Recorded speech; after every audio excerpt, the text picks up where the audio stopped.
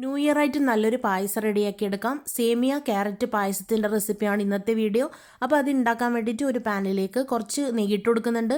പിന്നെ ഒരു ചെറിയ കഷ്ണം ക്യാരറ്റ് ഗ്രേറ്റ് ചെയ്തത് ഇട്ടിട്ട് അതിൻ്റെ ഒരു പച്ച ടേസ്റ്റിൽ അത് മാറുന്നവരെ ഒന്ന് വഴറ്റി കൊടുക്കുന്നുണ്ട്.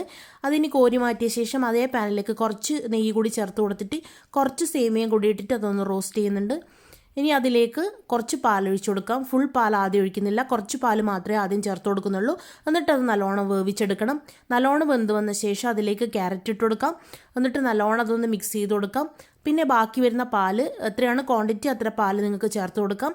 പിന്നെ കുറച്ച് പഞ്ചസാര ചേർത്ത് കൊടുക്കുന്നുണ്ട്. ഒരു 1/4 ഗ്ലാസ് പഞ്ചസാര ചേർത്ത് കൊടുത്തിട്ടുണ്ട്. ഇതൊക്കെ ചേർത്തിട്ട് നല്ലോണം തിള വരുന്ന സമയത്ത് അതിലേക്ക് കുറച്ച് വാനില എസൻസ്, മധുരം ബാലൻസ് ചെയ്യാൻ ഉപ്പ്, അതുപോലെ തന്നെ കുറച്ച് ഏലക്കപ്പൊടി കൂടി ചേർത്തിട്ട് നല്ലോണം അതൊന്ന് മിക്സ് ചെയ്ത് കൊടുത്താൽ മതി. ഇതിലേക്ക് അണ്ടിപ്പരിപ്പും മുന്തിരിയും നെയ്യിൽ വറുത്തിടുന്നുണ്ട്. സിമ്പിളായി ഉണ്ടാക്കാൻ പറ്റുന്ന നല്ലൊരു റെസിപ്പിയാണ്. ട്രൈ ചെയ്ത് നോക്കണേ.